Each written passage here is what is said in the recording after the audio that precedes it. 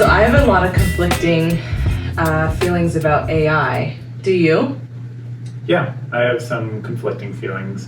It's, I think, natural, just like anything that is new.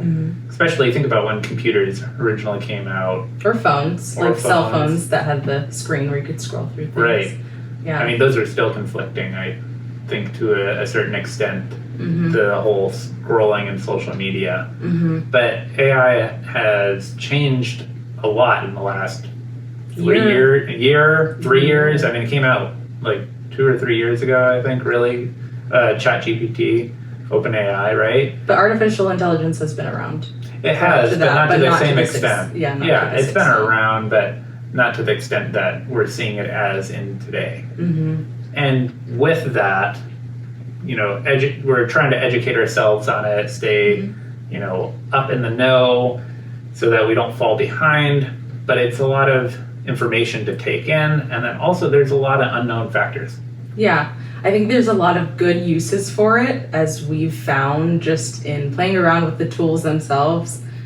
But there's also a lot unknown. Yeah. We don't know how it will progress in the future. And everything that I'm watching on YouTube and in the news is saying it's going to progress like faster than ever, basically. Well, actually, recently it's split. Half have said, some people say yes, it's going to keep progressing, but then other people are saying it's plateauing because it's used up all of the information like from the internet, and so they're trying to get more information like from actual like scholars and people. So what's really interesting is when we upload our videos, I noticed this new feature, and you can check the box and allow AI to learn from your videos. Do we check that box? No, I do not want to check it. I don't want to check it yet. I don't know how I feel about that. I'd have to investigate a bit further what it's doing. One of the things that I'm terrified about is like a deep fake being made of me, or like an image being made of me or something like that. I'm nervous to even upload my own images into those services. Yeah. And you know, some of the AI stuff I've seen is like that's the whole point, is to make a deep fake of you that can go to meetings for you, like it's on terrifying. You know, web platform, video platforms. Yeah. So yeah, there's a lot coming. I think the whole AI, like Terminator AI, taking over the world. Hopefully, you know, that doesn't happen. But what's probably more realistic from what we've seen is that it's going to be integrated into our lives even more than it has in the past or even today. And that's like, you know, how are we going to deal with that? And it sounds like we're going to have to manage it more of. Yeah. So yeah, it's really disconcerting because, you know, we've talked about the creative side, really, right? The side where AI is being used to generate images, texts, and, you know, all this art type stuff. So, yeah, and for me, I have a design background, a graphic design background, and that's what my bachelor's degree actually is in. And I'm just thinking from a creative perspective, something about that feels off, like people making money from, you know, these designs that they themselves have not generated. They've designed the prompt, but then the system is designing based off of what it's been trained on. Right. It's kind of an interesting thing that's happening. You see it across a lot of different platforms and selling platforms. And I know particular for me, I've been wanting to get back into graphic design. I don't do it anymore, but I still love art. I still love creating and thinking outside of the box and drawing, and I haven't done it in a long time. But as I'm starting to do that, I'm watching videos on how to sell my items and things like that. And there's a lot that's being generated with AI. Yeah, and one of the interesting things that I've found just from quick searches is I thought it would be copyright. Like whoever owns the AI software, say it's Sora or, you know, Dolly, I thought those companies would own the rights to the AI generated art, but it's not. from quick searches that I've seen, and it sounds like it's not because people are already selling the art. Yeah, whoever creates the prompt to make this art through AI is the owner of that art. Yeah, they're also using that tool, so we know it's not fully them, and I'm sure there's things where they have to say that they've used AI, that this is generated. I mean, even in Instagram, it asks if it is an AI generated image that you are posting. Even on our business AI, business Instagram, it asks that you have to disclose it. And I think with the copyright stuff, it's an ever evolving thing right now. So what they say today could be very different next month or in 2 days. And there could be new restrictions or things that come out. But it seems like every platform that you can kind of sell across has some kind of AI policy, and they address it directly since it's such a new thing. Some of them have their own AI, like Shutterstock have started selling some photos or putting some photos up for sale on there. But you can't upload AI to it, like AI generated images, but they have their own AI platform that they will generate from Shutterstock. So it's really interesting. I've used ChatGPT probably for about a year or so now. I pay for it. You've heard me talk with it. You don't necessarily like talking to it. You said you like texting it. Yeah, I like putting in messages. I don't like chatting with it. It's actually really interesting because, it does sound like a person to some extent. And like at one point it was using like uhs and kind of like taking breaths and hesitating. And it's kind of cool but kind of creepy. It's kind of this interesting thing. One thing that I love that we did is we actually planned a trip with ChatGPT, which was probably one of the coolest uses I've seen 6 months ago.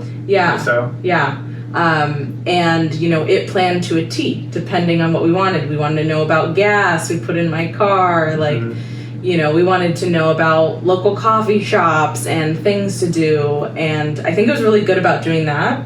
Not all were there anymore. Like certain coffee shops that had said were there. So you have to do your due diligence. You know, it's fallible, right? It's like talking to a person. I think to an extent, it doesn't know everything. Or sometimes it picks and chooses to share, right? So it doesn't give you all the information because there's so much information out there. It's going to pick through that information to then tell you. So one thing I think though is tricky is that I'm not sure that people are just taking the information at face value and being like, okay, this is just an overview, like let me look a little deeper. No, they're taking it as fact, I think, because it's been trained that way, whereas not everything is always true. And so, I think it does a good overview, like Wikipedia does a good, kind of an overview, so you can just get the idea going, maybe you can search for other things. But similarly with TikTok and Instagram and other social media platforms, I know it is not a social media platform, but people are just taking the information and being like, this is the facts. It can lead you astray, I think. Or not always. Not always, but it can. It's I wonder how AI will prevent echo chambers in terms of, they talk about Instagram being an echo chamber, or TikTok or social media in general is just an echo chamber of, because if you like a very specific thing and you don't like the views of this other thing, it's only going to show you the things that you like, right? And so it echoes your thoughts back to you, or the things that you like back to you. So how would it do that, I guess, in the system, it's always learning, right? I know it's always learning, but it's not like you can type, you type in something and then you're only going to get answers related to that thing. My question would be so I have it turned on when I talk with ChatGPT to remember, things that I want it to remember, right? And so it knows my name, and it remembers past conversations I've had with it. So it has some sort of basis of what I like, And Yeah, so even though it's searching the web, when I say something, it's going to go and search the web for all this information. Is it going to try to appease me to like pick out the information that it knows that I'll like? I don't know. Yeah. It's a question. It is interesting because I'm thinking, well, if you're only prompting it to talk about facts, like, is it are you going to be in an echo chamber if you're only asking about things that are basically factual? Or does it become an echo chamber when you start looking at like politics or like, very specific spheres of information? Well, there's also, I'm talking about the broad general AI, right? Yeah, but I'm asking a lot of detailed questions. They already have the, specialized AIs, right? DALL-E for images. They have Canva AI on OpenAI or ChatGPT's AI. There's so many story ones. You can build your own. There's ones for music. Right. I've heard of. Yeah. So it's pretty interesting on how specialized it can be or how broad it can be.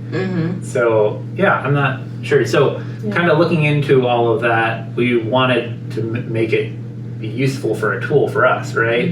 Yeah. So we've used in the beginning episodes, we've used OpenAI or ChatGPT to come up with some ideas for our podcasts.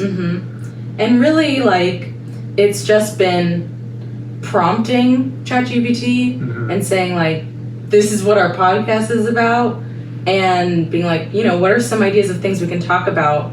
Really, everything that we're discussing in these episodes is stuff that we come up with. Right. It really just came up with the topic or like questions that we could consider when we're thinking about what to discuss.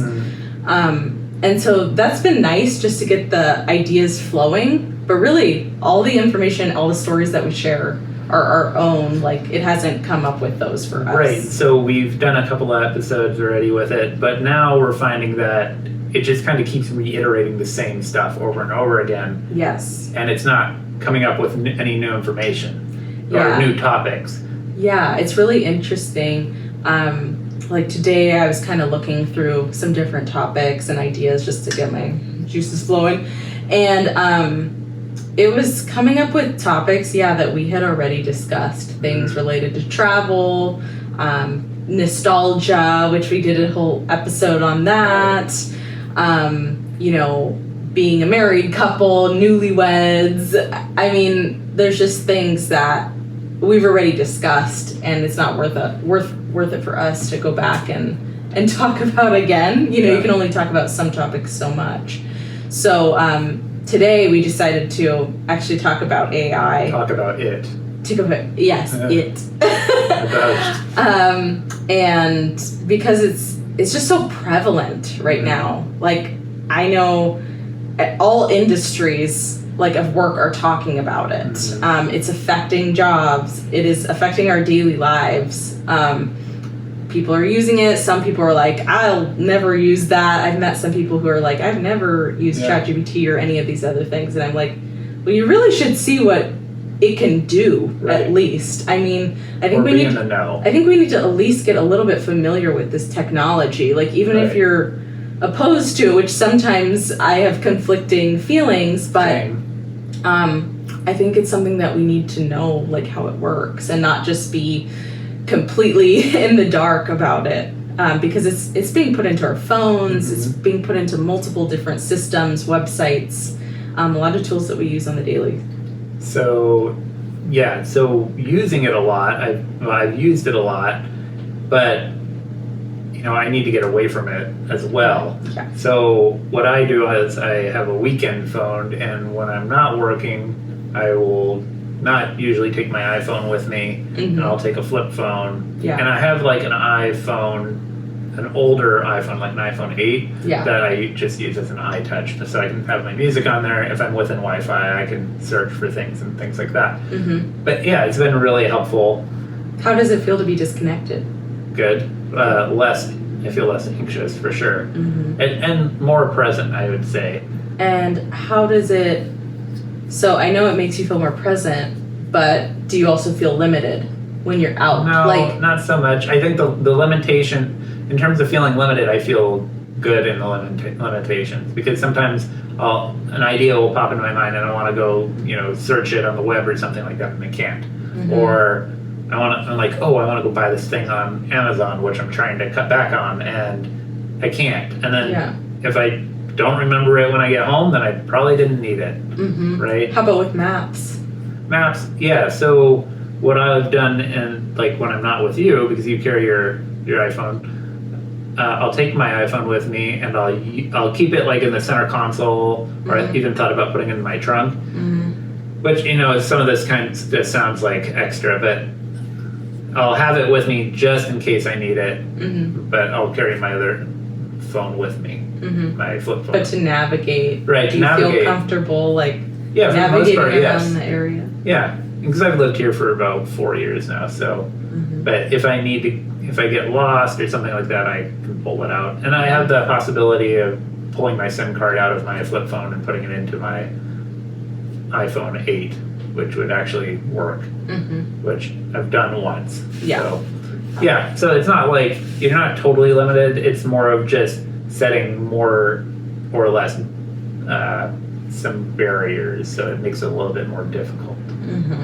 Yeah, I'm trying to find ways to disconnect a bit more, and at this point I don't feel super reliant on AI in particular. I don't use it a lot in my daily life. I use it from time to time to help me with things. Or mine wasn't so much AI, but more of being connected to the web all the time, or being connected, having the ability to be connected to social media all the time. Yeah, no, that too. I think there's a couple components there, the AI piece, just because we're talking about it, and then the social media piece.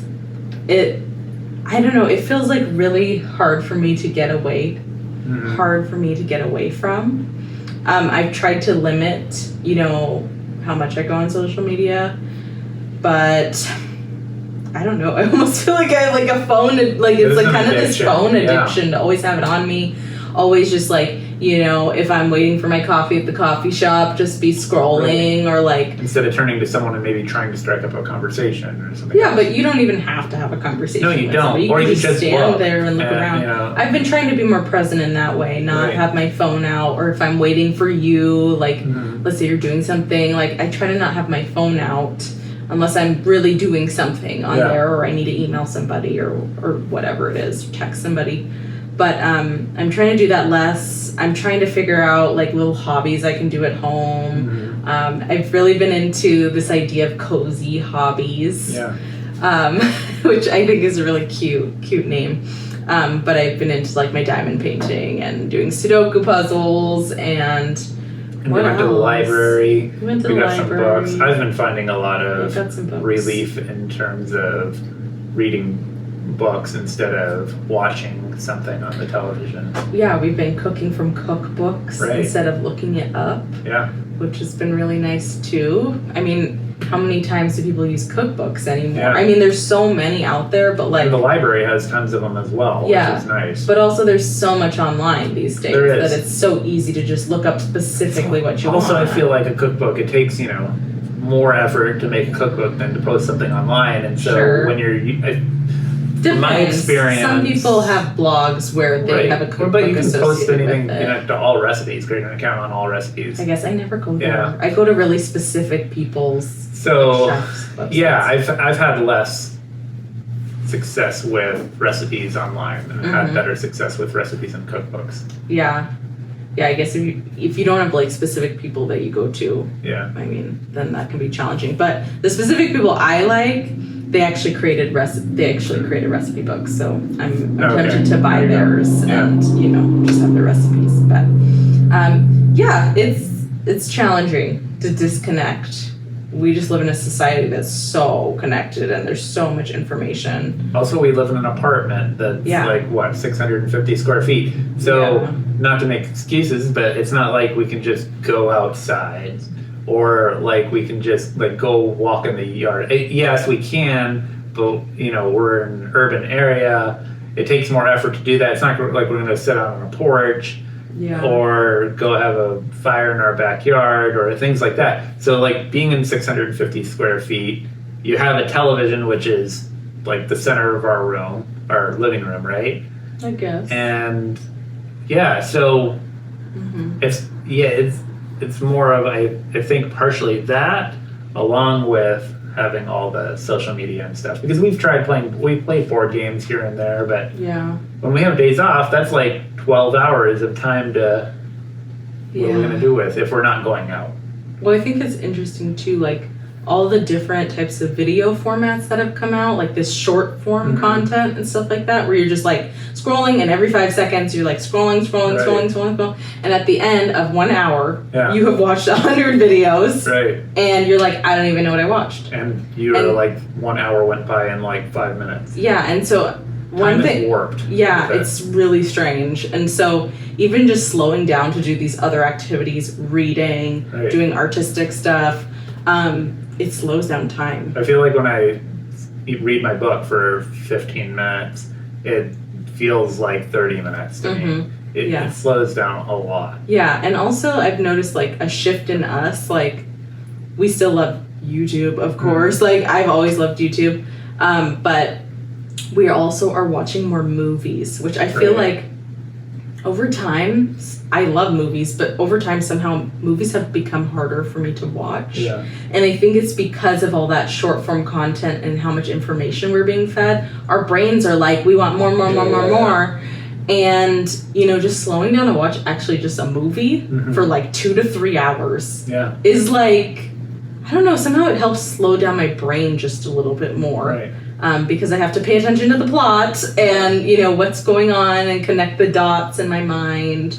I know that's still watching TV, but just making like small changes to what we're doing is helping me kind of like slow down, be more present, like you said. Yeah, and we're doing something not movie related tonight, which we're going to the symphony, which I've never been to the symphony. I'm so excited. Here. I actually haven't either. So I've been to the hall that it's at, but I've wanted to watch the symphony for a while. So I'm excited. I think having fun events to look forward to like that, like we weren't planning to do this. It was just on a whim. I saw it and I was like, you want to do this on Honestly, Saturday? I'm a little scared that I'm going to be bored.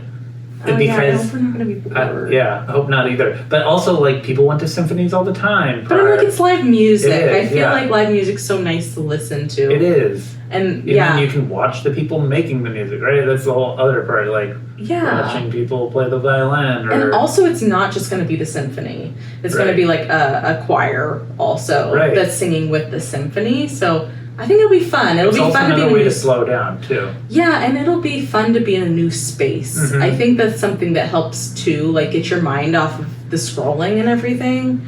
And it's interesting to look at new places, and this thing is almost sold out, honestly. So looking at people and places and listening to the music and getting dressed up, it's exciting. Yeah, it should be fun. Yeah, I'm excited.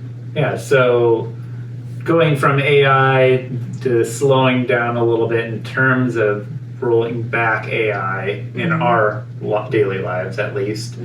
There's different ways to do it, and I think it's a good thing to do. Just because when I come back to my phone after being away from it, it feels like, oh my gosh, this device is amazing. Like, it can do so much. And I think we forget how like amazing these devices are because we're so used to them. Right. So but thank you for joining us on Brewed Together, and we'll see you on the next episode. Bye. Bye.